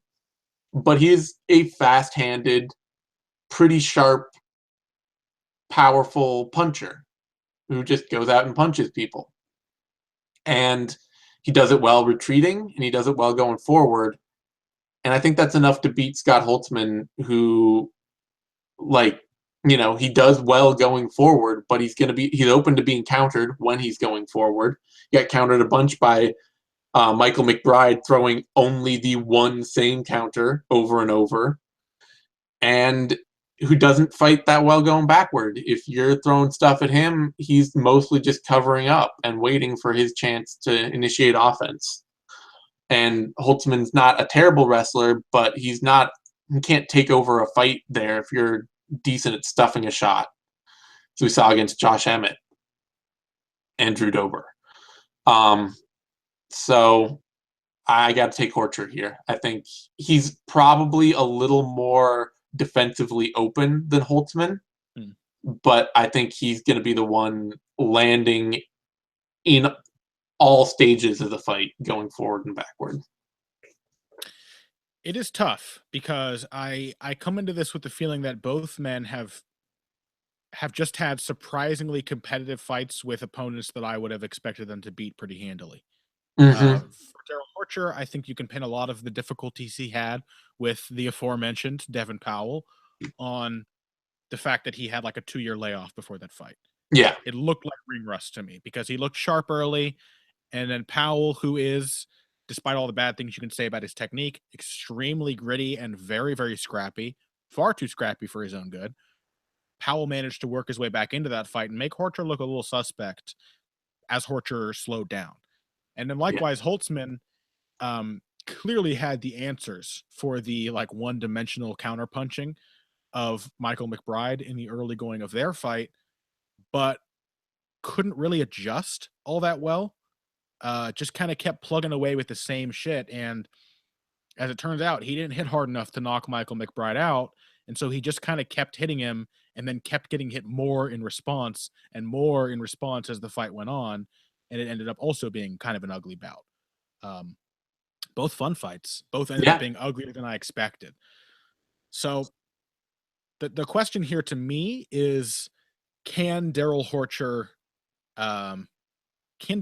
convince Scott Holtzman to throw less? Because I think if Holtzman gets to come in and throw volume, then he might take away some of Horcher's best moments in the early rounds and leave Horcher to just kind of pick away at Holtzman as he slowly fades over the course of the bout. Holtzman throws, I think, about 2 or 3 times as many shots per minute as Horcher. Well, is that just look at it. Yeah, that is colored that extremely colored by the Khabib fight. By the fight with Khabib, in which he landed like 3 strikes before being taken down. Yeah. Even so, let's see. Last fight, Devin Powell went to decision. Horcher threw 37. Scott Holtzman against Michael McBride threw 104. So against similarly defensive opponents, there you go. Holtzman definitely took advantage of more opportunities than Horcher did. Horcher, as we've noted a few times, his compunction is generally to counterpunch. He likes to let the other person overextend. That's going to be dangerous for Holtzman, who I think, as you very correctly noted, is either defense or offense. When he's throwing, you can hit him. When he's blocking, he's not going to hit you back. But Horcher is going to have to take advantage of the opportunities when Holtzman is attacking. Yep. And Holtzman is a guy who tends to take advantage of those chances to attack.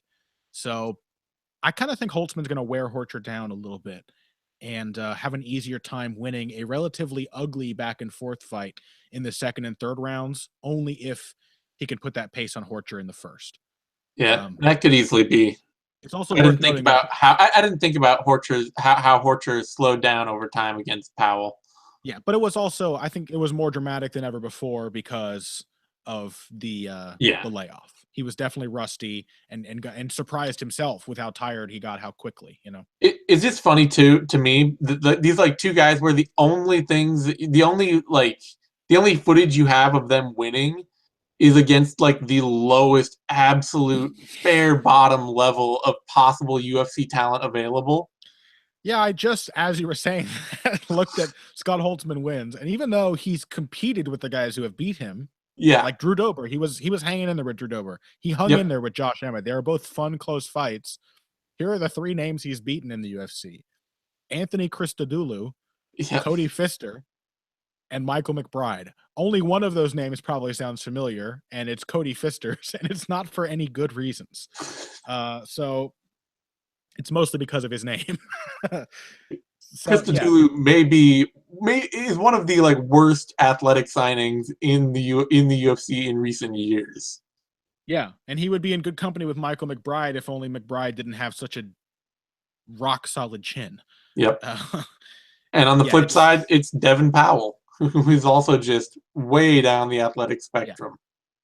Yeah. So I think both these, I think it's going to be a bit of a scrap just because Holtzman is going to try to push that pace. He's going to try to attack, but neither guy is like so. They both tend to struggle when the other guy's like on their level athletically or above. Yep. And they both kind of match each other here. So yeah, I'll pick Horcher. You're picking Holtzman. Hopefully it's fun instead of awful and boring. Yeah. Holtzman is opened at -105 and has dropped consistently now down to -119. Horcher opened at -135 and has risen in spurts up to -105. So they are just riding close to even right now, with Horcher a slight underdog. Oh, I just realized I may have said before that Horcher threw 30-something and Holtzman threw 104. That's actually how many they landed. Okay. but even so, a lot more volume from Holtzman in his most recent fight versus Horchers. Yeah, I was gonna say through 30. That didn't make much sense, but I was like, I guess. I want to see specifically, now that you've brought it up, how many did he throw? Okay. While you're finding that, Yes. brings us to a bantamweight bout now. Marlon Moraes, Aljamain Sterling. And he threw wait, 76. he threw 76. Okay. So, reasonably accurate in there. Mm-hmm. As a counterpuncher, that kind of bears out that you would expect the counterpuncher to be more accurate and throw less. Holtzman to be slightly less accurate and throw a lot more. Yep. All right. Brings us to a bantamweight bout now. Marlon Moraes, Aljamain Sterling. And this is a great fight. I love this fight. Love it. And I am not at all 100% sure how it goes. Credit, before we begin, credit to Marlon Moraes. He's taking this fight less than a month after his last UFC fight. His win over John Dodson. So, yep. Pretty crazy. Which was an impressive win, minus kicking John Dodson in the nuts so hard that he made him dry heave. Yeah. Pat Wyman's theory is that Marlon Moraes probably didn't get the initial UFC contract he wanted, and he's trying to burn through it as quickly as possible. That's probably a good theory. Might be the case. Yeah. This is a tough fight. Sterling, if this were like the Sterling of 2 years ago, or even a year ago, I would give it to Moraes, no question. Just without hesitation. The dude who lost to Rafael Assunção, even the guy who faced Augusto Mendes, actually, that's not even that long ago. The Renan Barão fight is the big sort of turning point question mark. The Renan Barão fight was sort of the other shoe dropping after the suggestion we saw against Caraway and Assunção that, like, Sterling can hang with these guys in the feet. He just doesn't know it yet. Yeah. And now he knows. Against Barão, it looked like he definitely knew he could strike. Yep. The interesting thing, of course, being in that fight, that he got taken down and spent a bunch of the fight on his back. But I am still going to take Moraes here. And the biggest reason is that I think Sterling still wants to establish too much of his offense behind his wild and ineffective kicking game, which I think is going to give Marlon Moraes a chance to establish his own much more effective kicking game. And that might be, maybe that'll give Aljamain Sterling a chance to hit takedowns and take Moraes down and, control him on the ground and make this a wrestling grappling match that he takes over without trouble. But I think that Sterling has, like, the John Dodson fight gave me a lot more confidence in Marlon Moraes' ability to fight his kind of fight in the UFC and to show more of what he can do and make work. Because you really saw him, against somebody who had a big speed advantage and who just does not drop many fights. There's not a lot of guys that John Dodson loses to. Moraes was able to put fear into his opponent with his kicks so that they could no longer key off on his power boxing. And his ability to do that is a game changer. Like, you have to have a good stand-up answer to that, or you have to have the wrestling answer. And I know Sterling might, but Sterling's increased confidence in his boxing has also kind of made him less of a wrestler. Like, it's made him less interested in wrestling, I think. And so I think he's going to kind of go out there and, try to hang with Moraes on the feet. And he showed that he can, to some degree, that he can be that good, that he's got the length and he's got the ability to chamber long punches and things like that. But I especially think early, just the way he throws kicks, he's going to give Moraes a chance to throw hard leg kicks. that are really going to crush into him. And then after doing that, he's going to have to walk into Moraes' hands and bet, or try to bet on the leg kicks. He's going to have to gamble on when these leg and body kicks are coming, and that it's not a punch coming instead. Or a high kick. Or a high kick. Moraes can definitely use that switch up and hit you in the face as soon as you reach for his leg. Yeah. Because Moraes isn't he's not an easy guy to take down and control on the ground. You know, it's not something that anymore that he has a lot of trouble with. And he's enough of a powerful physical force that Sterling isn't going to just be able to come out and run over him, which, you know, like his last really controlling grappling win is Johnny Eduardo, I guess. Yeah, probably. I mean, I think he got takedowns on Mendez too, who's also, you know, powerful but somewhat undersized as a flyweight, or the bantamweight rather. I think Moraes was also taken down by both of his UFC opponents, though. Yeah, taken down twice by Dodson, not controlled. Not controlled, but taken down. Yeah, he can't be caught off balance because he does like to kick so much. Yeah, I think that, I don't know. I don't trust Sterling to want to play a control wrestling game, I guess.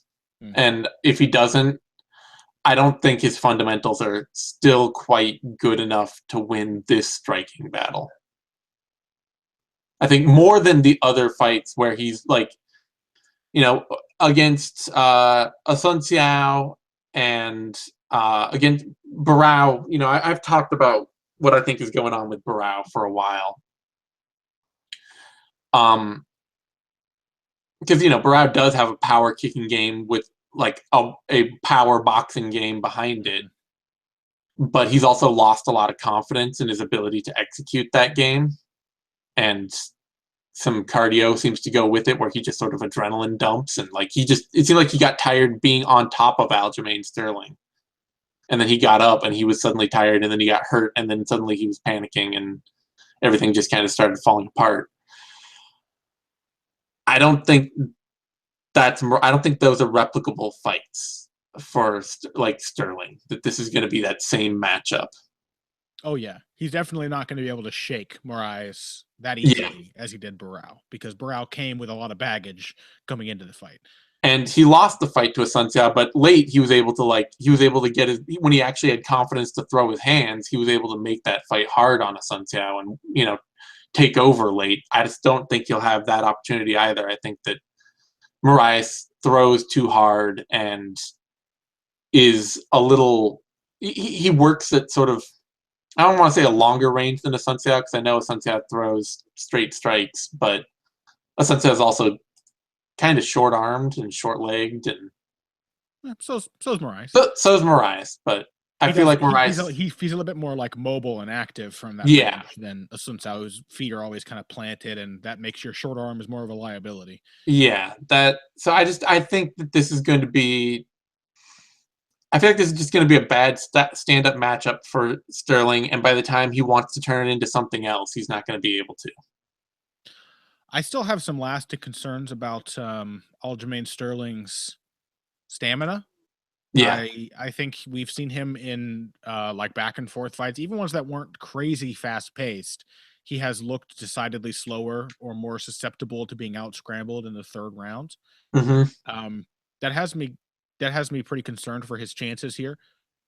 But I also think he might surprise us again by being able to compete on the feet. Oh yeah, Sterling has a lot of innate advantages that I think he is now. We can look at his recent fights and say he's starting to believe in his striking. He knows that it's effective. I think he knows in part that it's effective because he has a 71-inch reach, which is quite long for this division, and is 4.5 inches longer than the arms of Marlon Moraes. Not to mention the fact that he's got considerably longer legs. He can operate from a longer range, which can give even a crafty striker like Moraes a little bit of pause when he starts to, his sense of distance gets kind of screwed up, being touched farther away than he's used to.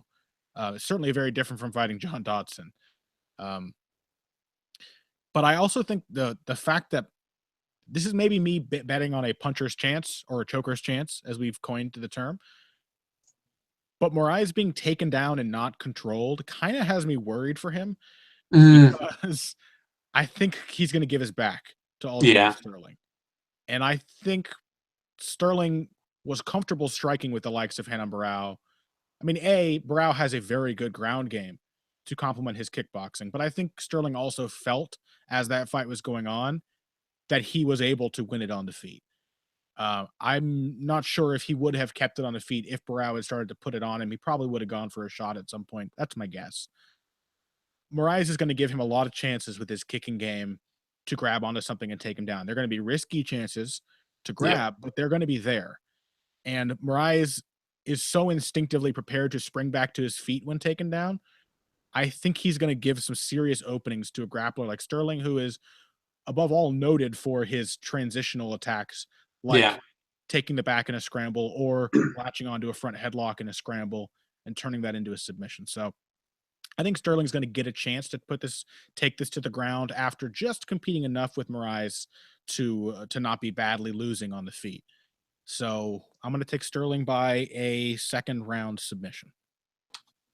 Fair enough. I mean, I can easily see Sterling just keeping range with front kicks and throwing out long winging strikes from distance that keep Moraes backed up, and then finding a way in on a takedown and Moraes turning his back and standing up and giving up the choke. Because I think Marlon could survive in a prolonged grappling battle with Sterling. I think he could Yeah. probably survive. He's got, like Ricardo Arona is the jiu-jitsu trainer Yeah. at Mark Henry's gym, and all of those guys have phenomenal ground games. The problem is that he knows he's a striker, and this isn't grappling; it's MMA. So he's going to try to hop back up.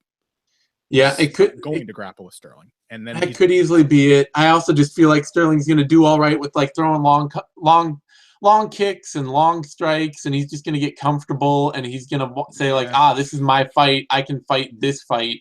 And he's going to start eating harder leg kicks that are going to make it harder to get in on that shot and harder to guess on the punches coming at him. And then he's going to get kicked in the mouth. Yeah, I can see that happening very clearly. But it's a good fight because it's very close, and you can see a path to victory for both guys. Definitely. Sterling is currently a slight underdog, which is a bit surprising. I mean, John Dodson win was a good one, but I didn't know that. I'm not sure I quite expected that. Sterling opened at plus 135, adjusted up to plus 150, and has fell steadily down to plus 124. So those odds are getting closer to even. Moraes opened at minus 175, just down to minus 180, has risen up to minus 149. It's hard to quibble with anything within like that plus or minus 150 range. Yeah. That's essentially a pick'em. All right. Let's see. That brings us to our co-main event. Jason Knight versus Gabriel Benitez. Gabriel Benitez, one of my other boys. You know, he's like one of my favorite. Nobody else but me cares about this fighters. Everyone's going to come into this fight thinking Jason Knight's going to run away with it, I think, because he is the one who has had the really memorable big performances. Benitez is I think Benitez gets a lot out of his opponents, not really expecting him to be as sharp or as dangerous as he is, especially on the feet. They're like, "Oh, it's the guillotine guy." And then he laces them with 6 straight left hand counters in the first minute. They're like, "Oh, okay, something's going on here. This guy can box." It's going to be a very fascinating interplay here between the hitability and aggression of Jason. Oh, we lost him. Connor will be right back. He is already back. Thank you. Did you hear my my pattern of speech starting to flag before I cut off? I could tell the call was about to end. Yeah, all right. You're back. Jason Knight, hittable, tends to respond to people trying to hit him with strikes of his own. That was a serious problem when he fought Ricardo Lamas, who really just beat the shit out of him. Lamas had no trouble finding openings because Knight is not used to people not faltering in the face of his aggression. He's used to them like visibly reacting, and Lamas's reaction was, There's an opening. There's an opening. There's an opening. He just picked him apart very quickly and violently. Gabriel Benitez can do some of that. He's got a very accurate, powerful, straight left hand counter. Not a lot of variety in what he throws, but that punch in particular is very dangerous. And he's caught some other very aggressive fighters coming in with that shot. If Jason Knight hangs out at range, he probably won't do a ton of just sitting. But if he does, Benitez is also a very good kicker. Very powerful body kicks, very powerful low kicks. The problem for Benitez is that it tends to be one, maybe two shots at a time, and then a lot of space between. And there's not a lot of taking the initiative in his game. Even his like best ground skill, which is his generally regarded to be his guillotine, is like a reactive thing. The other guy runs in on a takedown, you grab his neck. Yeah, like Sukumta, another guy with a ton of finishes, and then you actually watch him fight, and you're like, he's not a very good finisher. Mm-hmm. Like he's not doing it. He doesn't do a lot to create those finishes. They just happen or they don't. Yeah. So the troubling thing here is that I expected, looking at the numbers of these guys, that Jason Knight would like throw a lot more than Gabriel Benitez, but it's kind of close. Like he doesn't throw that much, and that probably has something to do with the fact that he spends a good amount of time on the ground grappling with people. Yeah, and so also that Kawajiri fight skewed things. Yes, just being controlled. So I still think, despite the stats, that probably Jason Knight is going to have a fairly distinct volume advantage over Gabriel Benitez. It's going to be dangerous for him, but Benitez is going to have to really hurt or knock Jason Knight out in the first round to have a dramatic effect on how Jason Knight fights for the rest of the bout. And otherwise, I just think it's just going to become more and more Jason Knight's fight as it goes on, as it kind of did when Benitez fought my other boy, Enrique Barzola. Yep. How have I not been talking about that fight every day since it happened, by the way? It's like two of my favorite unheralded UFC fighters. I love Barzola, and I'm a big fan of Benitez. But even Barzola, just through sheer scrappiness and aggression, was able to give Benitez problems. And Knight is significantly more dangerous with his aggression than Barzola, especially with his hands. So I think it's going to be surprisingly close, surprising to a lot of people. But I think Jason Knight is going to take over as the fight goes on. Yeah, well, I mean, one of the reasons that I feel like it's going to be less close is that Benitez seems like he just has trouble in general with people who don't fight exactly to the plan he wants. They kind of surprise him, and then he's not a great adjuster, maybe. Yeah, like he has this very limited power striking toolkit that he throws out there. And if you're not out there to like either just shoot takedowns or just engage in this power shot for shot striking kickboxing contest or whatever, he can be really caught off guard. Mm-hmm. And that feels like it exactly plays into what Knight does well, which is all about. Not to cut you off, sorry, but there's not a ton of variety to what Jason Knight does either. It's not even variety. It's just like there's not like a ton of variety to what Enrique Barzola does either. No. But it's just the like, I hit you and you didn't give me a second to reset before you hit me. You just came right back and hit me. Yeah. You just kept pouring offense on me. Like, that's immediately now a big problem. Benitez gets thrown off when, like a lot of counterpunchers, I think, gets thrown off when he doesn't successfully teach a lesson to his opponent with the strike he lands. Exactly. Instead of responding like they don't think twice about it, they just keep fighting, and then he has problems. And that's very much who Jason Knight is. He's a dude that you cannot teach. I mean, even Ricardo Lamas dropping just anvils on his face could not teach Jason Knight a lesson. It's a double-edged sword for Jason Knight. It is. Learn, but that does make you pretty scary. So I got to take Knight by submission. I think he's just going to walk through fire and jump on Benitez, who's a good scrambler, but being a good scrambler against a pretty underwhelming athlete who works really hard in Enrique Barzola, and being a good scrambler against somebody like Knight, who's just kind of an octopus. I got to take Jason Knight to pick up a submission at some point. Interesting. Yeah, I could see that. I would love to see these kinds of things brought up as part of a broadcast, like when they have like the three keys for how somebody's going to win. Benitez's key to victory would be like ability to learn from stimuli.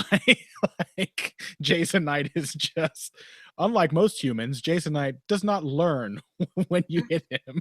He just is incapable of learning, and that's what makes him so dangerous. He seems to be learning out of the cage, to his credit. He's picked up his wrestling after that loss to Kawajiri, and he's been developing a slightly less get punched and mean mug boxing game. Yeah, slightly. he does. He still knows that. Yeah, like messes with people who want to counterpunch you when you just don't care about being counterpunched. Yeah. Odds on that fight, Benitez is a pretty sizable underdog, opened at plus 180, adjusted up to plus 234, and is now at plus 245. Knight opened at minus 260, adjusted down to minus 291, and is now at minus 309. So those odds continue to fall further apart. I'm not surprised about that simply because of the hype, but you are right. Benitez is a more dangerous and battle-tested opponent than he's going to get credit for in the league. Let's be real. Jason Knight has all this shine, but he got flattened by Lamas. Oh yeah, he just was not ready for that fight at all.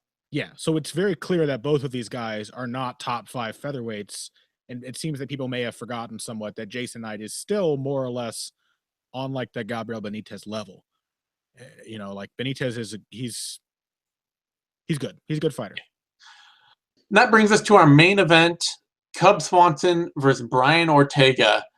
Or for me, the fight between dudes I have not been picking lately, and so now I have to pick one. Like I picked Cub Swanson over Artem Lobov. I'm not that dense.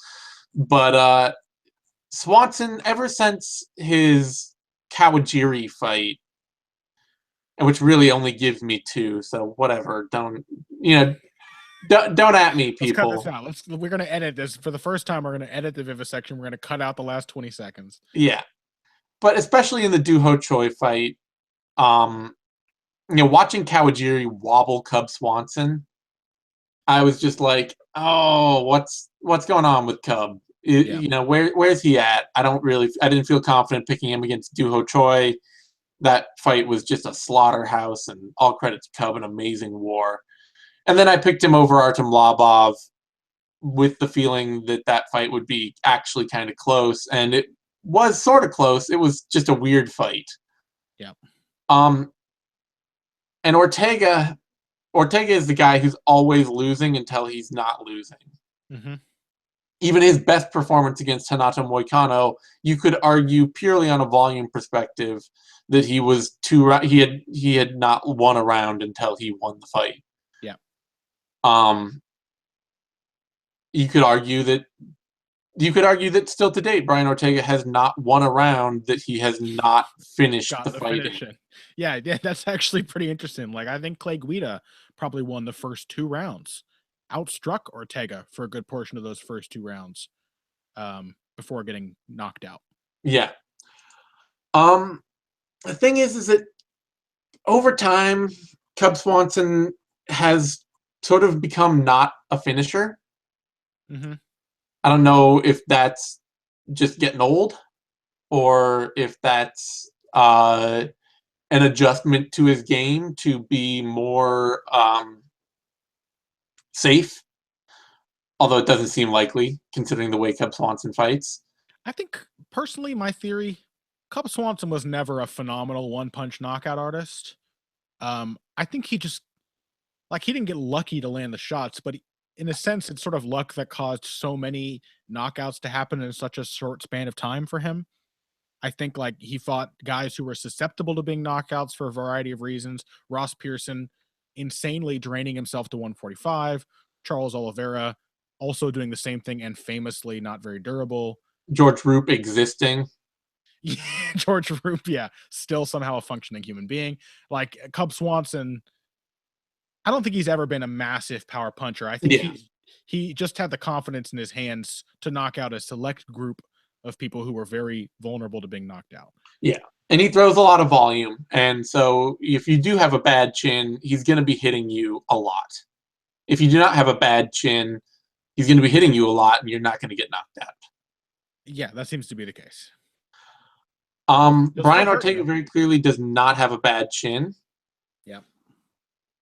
And the thing I think that is making me want to pick Ortega here really heavily is Ortega finds a way to win fights. He gets submissions. He's obviously an amazingly competent jiu-jitsu grappler, a very competent MMA jiu-jitsu grappler, especially in that he can just snap a submission on in a hurry and finish it instantly. He doesn't have to set up a bunch of position or lock down and control somebody and cut to the right positions. He just seems to be able to, like, oh, you fell into something, here I'm just going to pull it and we're done, you know? Long legs and very dexterous with them, also very intelligent. He knows his ground game. Yep.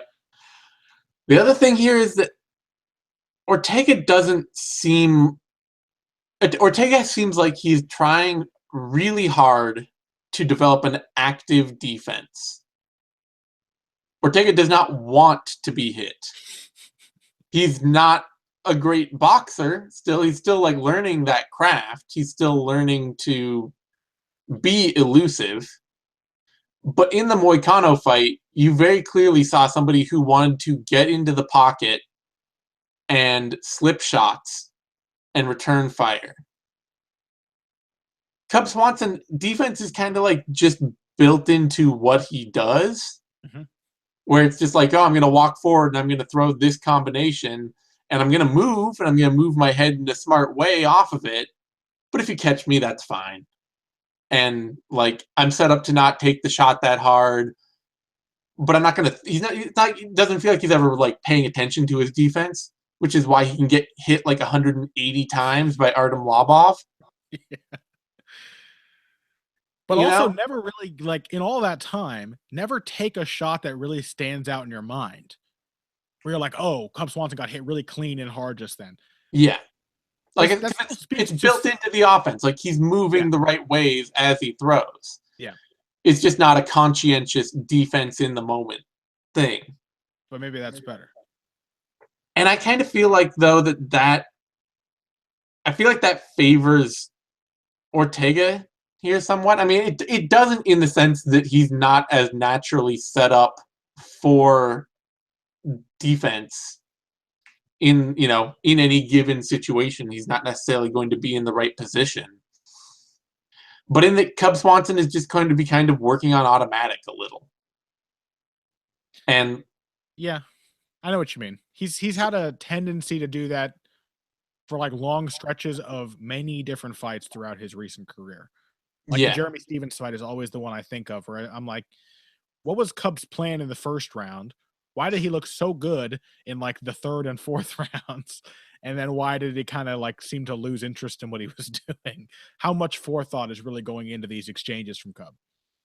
Yeah. And so I like, to that end, I kind of feel like Ortega at some point, he's, especially over 5 rounds, he's going to find that moment that hurts Cub Swanson, because Cub will just be like working on automatic, going into a combination, dropping into the pocket, trying to do something creative, thinking like, oh, I'll be in the right position, whatever comes at me. And Ortega's going to be looking and analyzing and trying to like pick out exactly how to attack in that moment. And Ortega's going to hit him and hurt him and sub him. So yeah, I'm going to take Ortega. I can see that. I'm going to counter by saying that I think Cub Swanson has gotten better with that, even as I think he's definitely slipping very slightly physically. Yeah. I think his timing and his speed is not quite the same as it was a few years ago during that really incredible like 7-fight win streak he had. But I think he is a little more thoughtful about that kind of thing than he used to be. I don't think he's quite as autopilot as he was earlier in his career. The Doo Ho Choi fight does a lot to convince me of that, because it was a triumph of like coachability and adaptation. over an opponent who, honestly, having just rewatched it, Cub Swanson really he kind of decisively beat Doo Ho Choi. Oh yeah, he He did, definitely. like he was it kind of felt rewatching it that he was winning that fight at every moment except for when he would get caught and staggered and had to recover. But most of the time, it was kind of like he was doing what he wanted to do. And it was just that Doo Ho Choi had a phenomenal chin and wouldn't go down. And Cub Swanson just kept hitting him. And at times, it was Doo Ho Choi's insane chin that caused Cub Swanson to take a shot because he was sure he was about to knock Doo Ho Choi out. The man was reeling, neither one of his feet steady on the ground, and then he would ding Cub Swanson in the temple with a right hand and hurt him. Um, Which is kind of my point. yeah. I mean, he got caught up, but he also then pulled back. He was also like, okay, I'm going to settle down. I know I need to be aggressive, but I need to think about when I'm aggressive. I need to choose the right moments Right. to charge forward and attack. So, yeah, he definitely got caught like in the heat of the moment, but he also didn't allow that to be the undoing of his fight strategy. You know what I Right, mean? but I mean, Ortega's just a Doo Ho Choi is a more dangerous puncher, no question, and like more dangerous striker in his power, but he's also like he's less dangerous everywhere, you know? In the like Well, he's not less dangerous on the feet. He's very dangerous on the well, he's feet. very dangerous on the feet, but he's less dangerous as overall. Like Brian Ortega has Oh yeah, he's less of the could finish you seemingly with anything at any moment than yeah, Brian and Ortega. so I kind of feel like how much can Cub Swanson like how much can he have those moments where he just gets caught out with something and has to reel it back? If Cub Swanson approaches Ortega more or less the way he ended up approaching Doo Ho Choi, Yeah, knowing that he's going to have to put the pressure on him and make him uncomfortable as often and as for as long as possible, can Brian Ortega under those circumstances be as dangerous as Doo Ho Choi was? I don't think so yeah, because Brian Ortega's as probably more hittable than Doo Ho Choi. yeah, He's very hittable. His defense needs quite a bit of work, and he tends to get guys out of there when they're like he tends to get them out of there when they're flirting on the end of range. So, when they're backing up, when they're reacting to him, and not when he's reacting to them, right? I don't know. I waffled on this one on heavy hands. I, for the life of me, can't even remember which of these guys I decided on. And now I'm in the same situation again because a lot of pressure is on Cub Swanson to approach this fight as the veteran fighter, to like be the clever, to draw on all that experience yeah, and know that you have to stick to a certain strategy. And no matter what crazy shit Brian Ortega does, you have to stay disciplined. I think Cub Swanson can do that, yeah, but I don't know because he's Cub Swanson and he has had many bouts throughout his career where he's kind of drifted in and out of focus. So I think I picked Cub before. I'm gonna stick with Cub now. I just think he's gonna have too easy a time landing on Ortega's chin. Uh, but if he starts to lose focus as the bout goes on, it's going to become exceptionally dangerous for him because Ortega is very tough and he is very, very unorthodox with the way that he tries to capitalize on openings. Recently on Twitter, I think one of the Gracie brothers was showing a video in which Ortega was teaching a student how to counter an overhand right with a flying triangle, which definitely seems like something you would do on the street. That's a good technique to use, but that's the kind of shit Brian Ortega does. yeah, Is like you wind up on a shot, he's like, I'm gonna jump on your neck and check you out right now. So I'm gonna stick with Cub, with the caveat that Ortega, I have a feeling, is going to continue to get more and more dangerous as this fight goes on.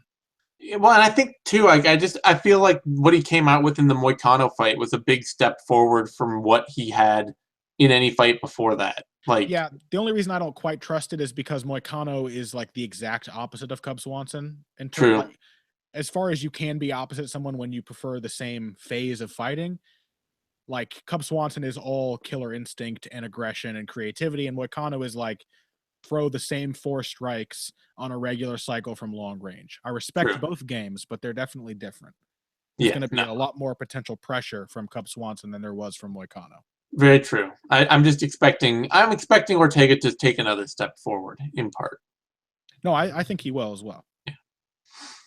Uh, Swanson is a very slight underdog, to the point that you can't really even call it an underdog. Opened at minus 150, has moved steadily up to minus 108. And Ortega is opened at plus 110 and has moved steadily down to minus 116. So, yeah, I'm okay minus with it. It feels 108, like minus 116, basically dead even. I'm happy with that. yep, feels like a pick 'em to me, man. I have a very hard time calling a winner here. And on that note, we're going to wrap things up. You can find me on Twitter at TheZaneSimon. You can find Connor on Twitter at BoxingBush. You can find both of us over at BloodyElbow.com. Give us a like. It's a thumbs up thing on YouTube, and subscribe to our YouTube channel, MMANation.com, DOTCOM. That's where you get all the latest Bloody Elbow shows, videos, news, analysis, all that stuff we do week in, week out. We will be back next week for UFC Fight Night, UFC on Fox 26, Lawler versus Dos Anjos, which looks like a pretty awesome card, and I'm pretty excited for that one. So, looking forward to that. We will have If I Did It, Care Don't Care, Heavy Hands, Knuckle Up, Vivisection, all that good stuff. Thanks everyone for tuning in, and we'll see you next time.